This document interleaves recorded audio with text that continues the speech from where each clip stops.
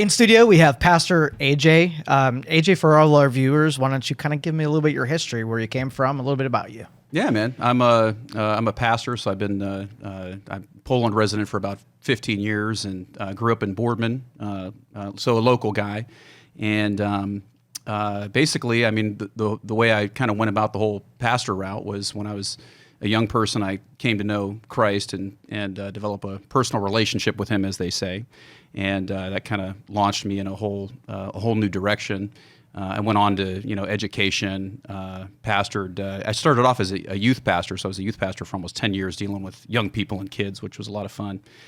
And then after that, I took over the church that I was at for about 5 years, and now I started my own ministry called Gospel Ministries a couple of years ago, and do podcasting like yourself. I'm a little bit more of a YouTuber, Okay. but I am on pretty much all social media platforms, and passionate about cultural engagement. I've got one son who's a freshman in high school at Poland, and then I've got another one on the way. So. Oh, nice! Kind of Congratulations crazy. I know, on 45, that. man, and I got Beautiful. Yeah, my wife at home, expecting my second here. So kind of crazy. Yeah. So, what led you into ministry? Well, when I was a young man, I actually spent a night in jail when I was a teenager. Me and my buddies were playing a prank on our principal, and at Boardman High School here, we were throwing Drano bombs in his front yard. Nice. I don't know if anybody out there's ever made those or not, but when you're a young person, but yeah, we were. I spent a night in jail. I was actually raised Catholic, so I kind of always had like a belief, I guess, in God and in Jesus, but I don't know that I really knew Him and had a personal relationship with Him. When I was in jail for that one night, 18 hours, I like to joke and say that I was, I did 18, which it was only 18 hours. It wasn't 18 years. But just like to sound like I'm hardcore, But there was a no face tattoo, so no it was face an easier, tattoos. Yes, it was an easy serve. yes. No Mike Tyson face tattoos. But there was a copy of the Bible in my jail cell and nothing else to do, so I read it, and I kind of made one of those little jailhouse promises, like, God, if you get me out of this, I'll read the Bible. So a couple of weeks went by after I got out, and of course I was in trouble. I actually got expelled for half of my senior year. So I mean, it was kind of a big deal at the time. So if I make the news today, I've always been doing that, causing trouble in the community, I guess. I don't know. Right. Kind of my legacy. Literal coming to Jesus moment. Yes, literal. Right. Literal. No joke. Yeah. So now, hopefully, I'm causing trouble for Jesus now. But because my heart is really for the community, and I love people and love God, and just want to see blessings come to my community that I live in, to our next generation, our young people, that kind of stuff. But yeah, that was my whole story. When I got out of jail, and for that one night, my parents came to pick me up and everything. And a couple of weeks went by. I remembered I made God that promise, and I'm like, okay, so all right, I should at least do it. I got to do it. So I went and I bought a Bible at the local bookstore at the time, back when people didn't have Amazon, and I read the Bible every night before I went to bed when I was a senior in high school. And then a friend of mine invited me to the church that I actually ended up pastoring a number of years later. And that was kind of my whole launching pad into I guess what you'd call the Christian experience. But it was a little bit of a process of God working in my life. I think a lot of people like to use the term Christian. I think there's a cultural Christianity where people just identify. Sometimes I think people can even be like an atheist or agnostic or something like that and still identify, I'm a Christian on a piece of paper. But to actually have that experience, something different happened with me when I actually read the Bible. So when I was a teenager and I was reading the Bible, there was just something different about the words of Jesus that were drawing me in, about eternal life, about, not worrying about tomorrow, focusing on today, that kind of stuff. And, of course, there's a lot more to it than that, but I mean, He really gave me a lot of peace in my life, and I think just the knowledge of what we as Christians call the gospel, that we have eternal life with Jesus in heaven, and He saves us not just from the present life, but in the hereafter, and there's a resurrection, just like Christ was raised. I mean, I think that's a pretty cool story. It tells us that there's a good ending to all the crazy stuff that we see going on in the world. So I think a couple years ago, I think the first time I came across you, it was your billboards. You had a billboard campaign going on. So you got some marketing chops. Like, where'd you get those? I think I got a little bit of craziness in me. I think little that's nuts, really, yeah. To be a pastor, you have to have a little bit of crazy at least. Okay. Yeah. So I did some billboards, mainly because a lot of what we've seen going on in our culture with some of the, just some of the stuff that's been going on with, I don't want to just target the LGBT community, like it's just them, because I really don't think it's just them. There's lots of forms of immorality. I just think that's one way that we've seen it, even in our lifetime, just go to another level where it's just pushed on our kids in school. I mean, you've got, and there's all kinds of problems today, obviously, so I'm not targeting one group. But yeah, I put a couple of billboards up that said, the Bible, said marriage equals one man plus one woman, and then I just put a little scripture reference underneath it. And then I put another one that said gender is binary, and it had a scripture reference underneath it. Both of them were from the book of Genesis in the Bible. And that God created us, in the Bible it says male and female. And that's all. And I actually had a local business owner complain and get upset about it and call the owner of the billboard company. He told me all about it actually at the time. He actually told me about the email, who it was, and everything like that. And so you're not bashful. I mean, you draw energy and attention to. I don't think Christians can be afford to be bashful. If you actually look at the early church and what they were, I think the qualification was that you were willing to die for Jesus because he would give you new life. And not like in a Islamic extremist way where you're gonna send planes into the World Trade Center or something like that. But you were, you lived a life of character, of God's character, and if need be, especially in that culture, in that time, in a pagan culture, which it seems like, in some ways our culture is reverting back to that today a little bit, but that was the qualification. You were willing to die for Jesus. You weren't supposed to be ashamed. When you read the scriptures, all the people that I look up to, and I read about for the first time in a jail cell, they were all in jail. The Apostle Paul was in jail multiple times. He was known as a troublemaker in the world that he was in. People were constantly trying to kill him. They eventually did kill him. He was beheaded under the reign of the Emperor Nero in the 60s AD. Jesus was in jail. I actually wanted to do a whole sermon series one time. I haven't, maybe in the future I'll do this, but jailbirds, and just talk about how all the early church, all the apostles, we know precious moments Jesus, little cute little fluffy Jesus, but I don't know that we know the Jesus that went into the temple and overturned tables and was passionate about God and the early church. They all died. Every one of the apostles was killed for their faith. So why should it be any different for us? We live in a day and age in our culture where we've inherited a lot of blessings from previous generations, and a lot of that's, I think, is being eroded in our time. And you've got a real lack of respect for one another in our world today, especially in America, where we can't even come together and find common ground at all because we're just calling each other bigots and racists and things like that. And so it makes it hard to actually have relationships with people today. So I think some of that's being eroded, and I just I hate thinking about my son. Actually, I have another son on the way here, and I know you've got kids too, Joe. And I just hate thinking that they're not going to inherit anything because our country's fallen apart and just seems like chaos rules out there. So that's really what it's all about. It's just a little bit of pushback from some of the. I think the ways in which some of these other movements have pushed into our homes. I mean, they're not just putting billboards up, which they've done. It's fine for them to put a billboard up, but when I put a billboard up, it's a big problem, I guess. But and I don't think I said anything that was outlandish or mean or anything like that. But they're pushing into our homes on commercials. I mean, it's crazy how stuff has escalated in the last just 15 years. Things that 15 years ago would have been unthinkable for a culture, we're seeing right in front of our eyes. And so, so I don't know if that answers your question. Well, sure, but, yeah. And you and I have a similar path here in this last couple of months. You were in jail I'll tell you about no jail for me.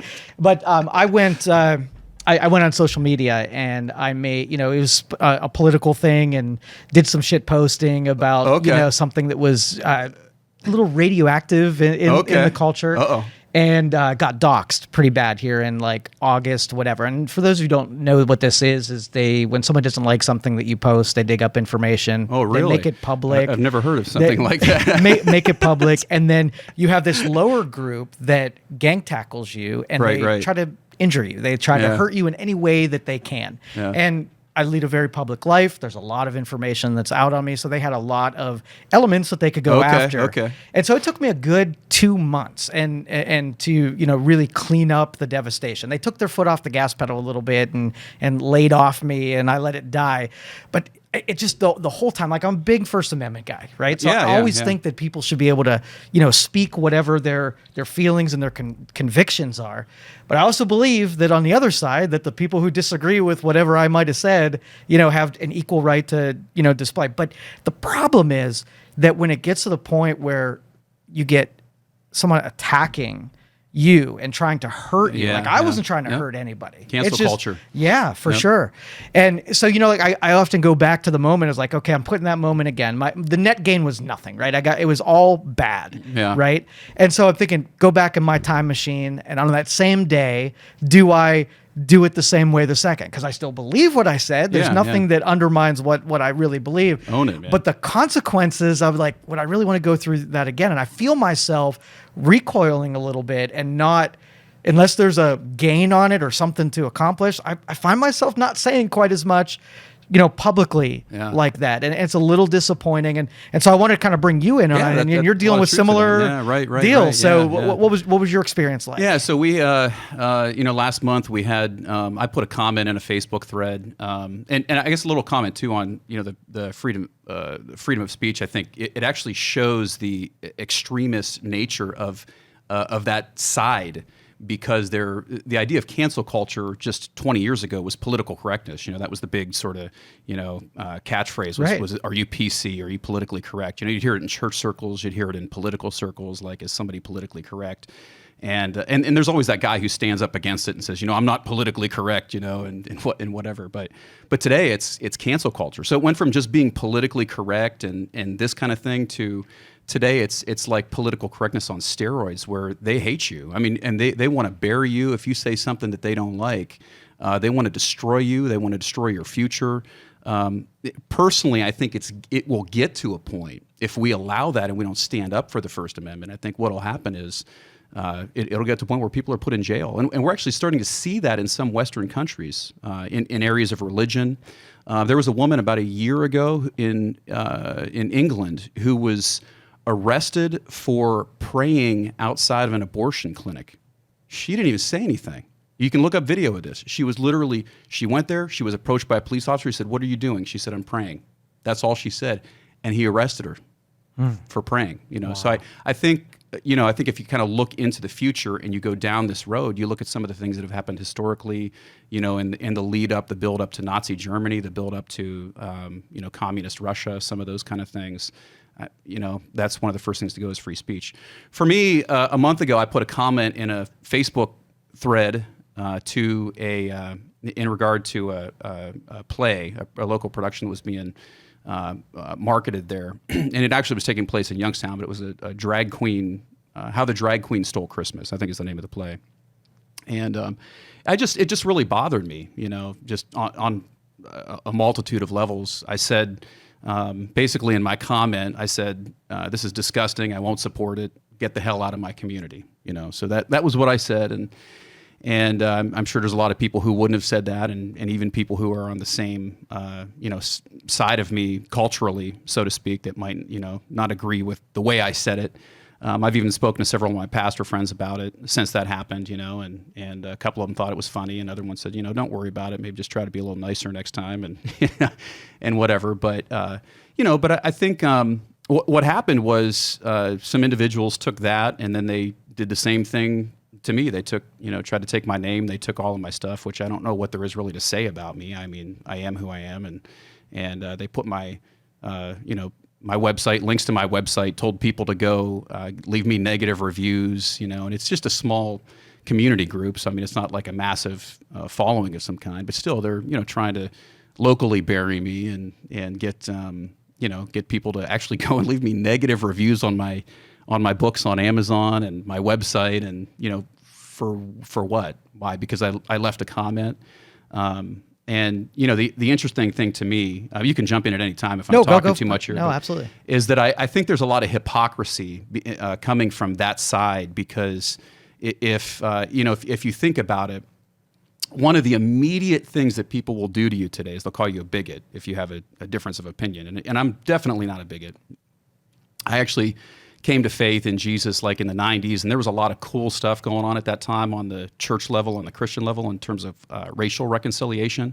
And one of my mentors actually was real big on that, and it was really cool to see like the way the church and different races within the church were connecting with one another and working together side by side, to solve some of the problems in our community here in Youngstown. So that was kind of neat. That's where I come from, and but that label, you're just hit with that label. You're a bigot. You're a monster. You're whatever, and so one of the hypocrisy in it, I think, is that this was actually, an incredibly offensive production to put on when you think about it, from a cultural perspective, from a religious perspective. I mean, basically, you're taking something that is representing Jesus' birth in Christmas, our Savior, God. We believe is God as a Christian. You believe he's in the Trinity. He's God.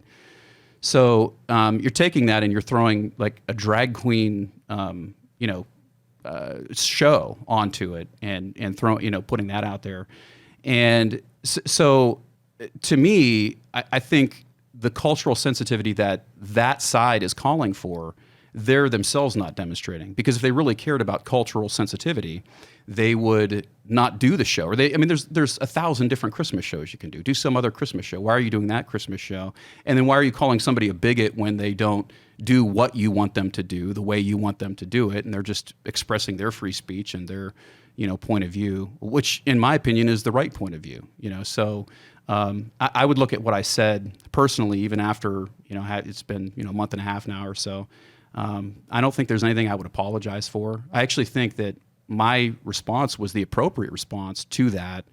And, I think that our culture has gone so far down the rabbit hole and we're so deep down in the filth that what I said was seen as, I was the bad guy in the situation, and I think that's the way I view it. And it's why Christians really need to start standing up for their own free speech, because if we don't, it'll get to a point where we can't say anything. And that's where I wanted to get to the ulterior motive, because I think the other side is not expressing those cultural sensitivities. They're not thinking about religious people at all, which is a large demographic. If you look at how many people identify as Christians, how many people would have been offended and were offended by something like that and found it outrageous that somebody would take Jesus, the birth of Jesus, and slap transgenderism on top of that, and drag queen story hour, whatever it is. So now, if you got in your time machine and you went back to that moment, do you think you would have worded it different, be more persuasive? I might have, I might have, but I'm a child of the '80s, and I think people are, for lack of better terminology, I think they're kind of powder puff today, and I had a dad who was a little tough and a little compassionate. He was, but a great man, but he wasn't afraid to be honest with you. And again, you look at the Bible. Jesus went into a temple, which would have been like the equivalent of going into a church today. Imagine going into a church on a Sunday morning, into the visitor center in a church, and they don't know who you are, and you just start throwing stuff and taking TVs, ripping them off the wall, flat screens, like that's what Jesus did. Like I think like our perceptions today of what's appropriate are way off in terms of what they should be. So I look at a comment like mine, like "get the hell out of my community." Like, I meant that. I don't. Getting back to what's the ulterior motive, I think if they don't have cultural sensitivity and they're not thinking about other people, there has to be another motive. And I think the motive is to desensitize not only our community, but also the next generation. And that's happening big time today. Kids just don't think it's a big deal. They don't think some of these things are a big deal. They're trying to destroy the family nucleus, and what, all of that. And some of the things that actually gave us the freedoms. If you look at what gave America the freedoms that we have today, the generations that came before us, and a lot of that was a Judeo-Christian ethic, a biblical ethic, a spirit of love and brotherhood in the community, that kind of stuff. They're not representing that at all. And in fact, they're trying to destroy the very things that will give us life and value a culture of life. So would I have worded it differently? Maybe in hindsight, of course, of course I would have worded it differently. Do I think I did anything wrong? Absolutely not. I think it was actually in a very appropriate. There's people who would have said much worse. You know, I mean, if I wasn't a Christian, if I didn't have my little jailhouse moment with Jesus, I mean, I might have said much, much worse. Yeah. So, well, if I were to write your script for you, and I would say, okay, well, you're going to go back to that moment. Yeah. And, you know, let's just figure out from a practical standpoint how you can get and engage in a conversation in this. Like, I probably wouldn't have said that, right? Yeah. That was probably... I could have taken the last sentence out, I think. Right. And that would have got conversation, because my belief in the First Amendment is I think the more speech there is, the better. The more conversations there is, the better. I think there's so much more we have in common than we don't. And I think you get people talking, even if they feel like they're on polar opposites, that you find that common ground, and then that's where the persuasion even has a possibility of happening. But I think, you know, because it was already sensitive areas, you know, in that was a blockade to conversation for sure. Yeah, it's a different world today. You know, it's really challenging, and it's funny because as outlandish as it is, what I said, I think the irony is it actually gets people talking. You know, and you see like you've got cancel culture, but you've also got sort of this culture of like what's the loudest voice. So you go on YouTube or you go on to social media platforms, and it's who's getting the most attention, and so that pushes people to outrageous levels to do different things to try to get their message across, to try to get their point across. Obviously, as a Christian, as a Christ follower, you know, I want to do things in a way that honors God. You know, I would never intentionally do something that would hurt Him first and foremost in any way, or any human being for that matter. I mean, you know, my heart is for people, and I think that they will find the most value, the most life value in Jesus. So that's where I'm coming from, you know. And but yeah, the irony is, I think today it's like yeah, we have to have a conversation, but how do we have a conversation?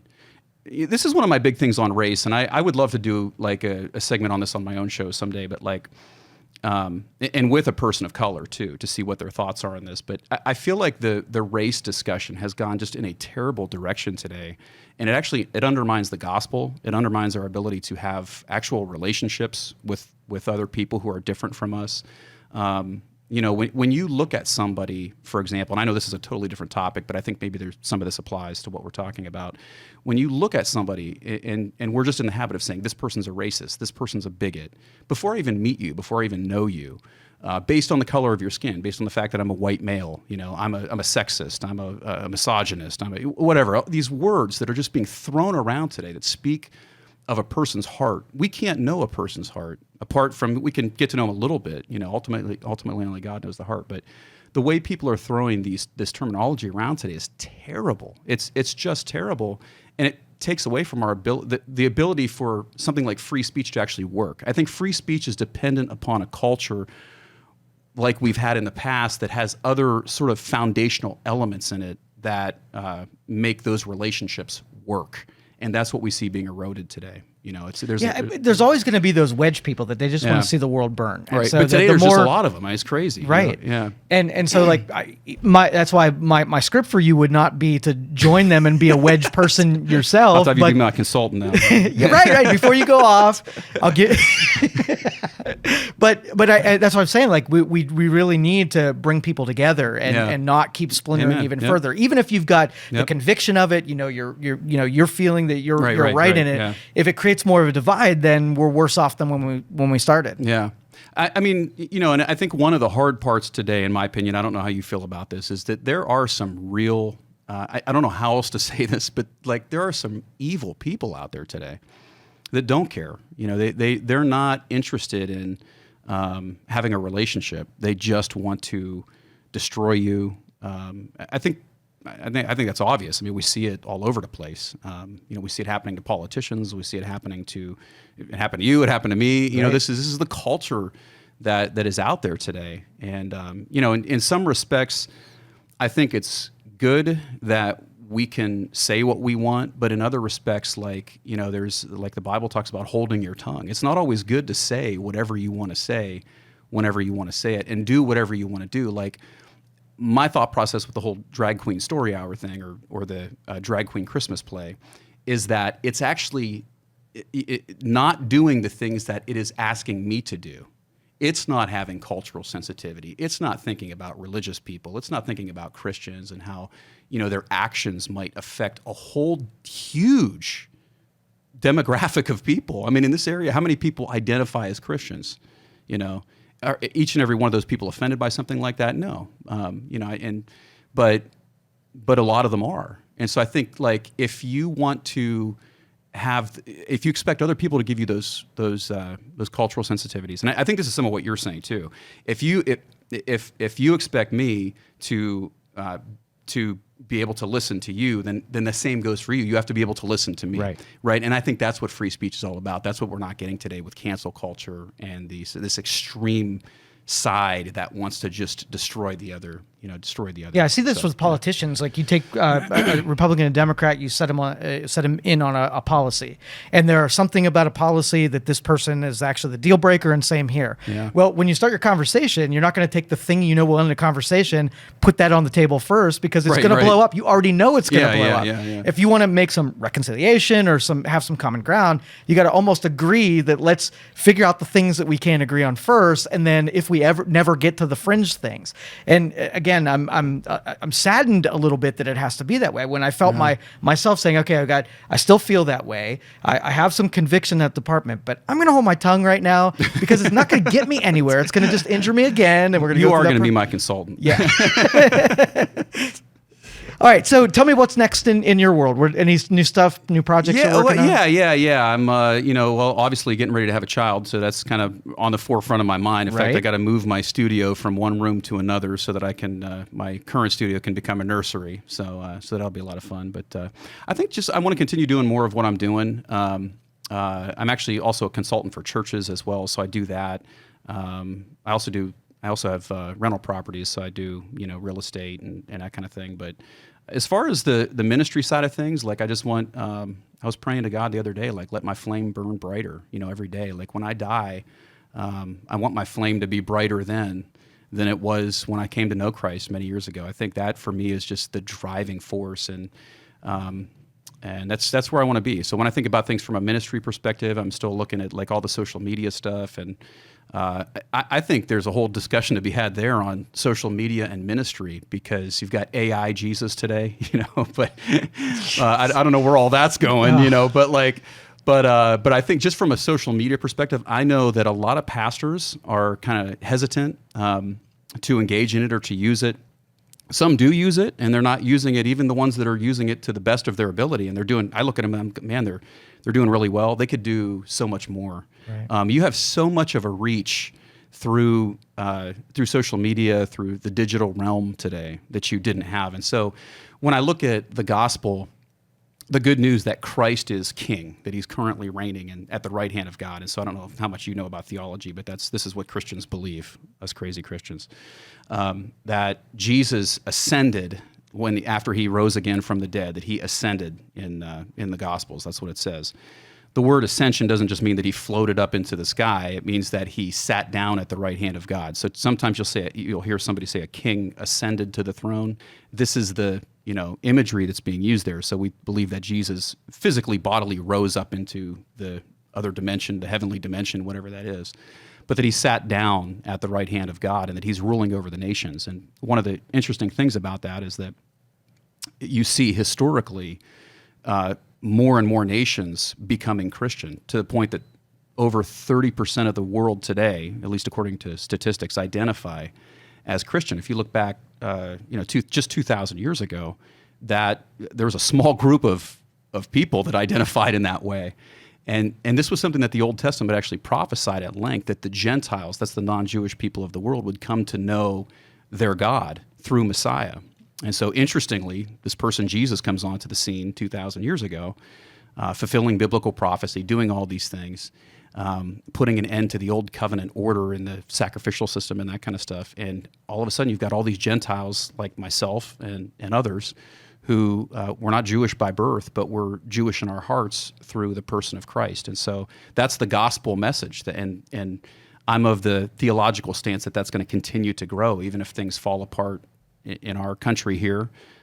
Interestingly, the gospel is having major impact across the world. There's, by unofficial estimates, 160 million Christians in China where the church is being persecuted heavily. Those are similar numbers to what we saw in the Roman Empire in the decades leading up to when the Emperor Constantine took the throne. So I think, I think that's where the world is going.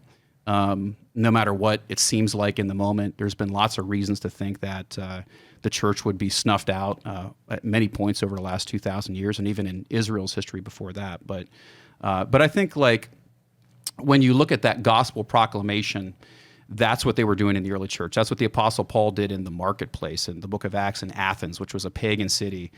He got stuck there by himself because they were trying to kill him in one city, and he ends up and this is the Apostle Paul, by the way. So I don't know if you might think of St. Paul, you might think of the little Precious Moments statue that somebody has in their, in their kitchen or something of an angel or of Paul or one of these saints of the Bible. These people did jail time, because of what they were doing, and they demonstrated the character of Christ, the ethics of Jesus, and everything. So I mean, these are amazing people, but they're also they were.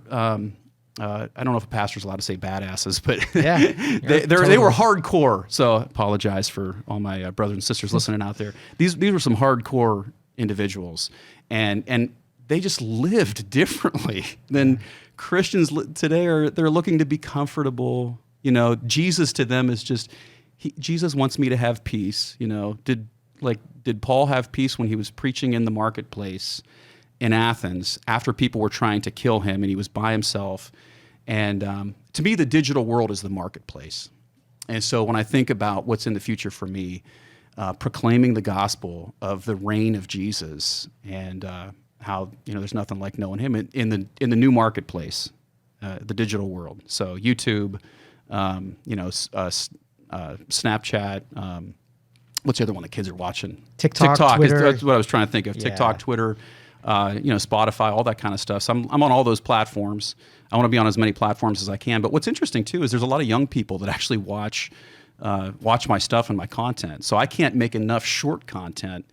That's my little plug for pastors, by the way. Do short form content. If you aren't doing it, you need to be doing it, because there's so many young people. If we want to reach this younger generation, just take clips of your sermons. I'll tell you how to do it right now on the show here. Just take clips of your sermons, have your video editing guy just clip out a minute little clips and start putting them on TikTok. You can put short form on everything. Yeah. Literally every platform. Every platform. Including Twitter. Yep. So I think that's what's next for me. That's where I'm going. I just want to keep preaching the gospel, man, and maybe one day I'll die for Jesus, All right. Pastor AJ, thank you for coming in. I appreciate it, brother. God bless you, man.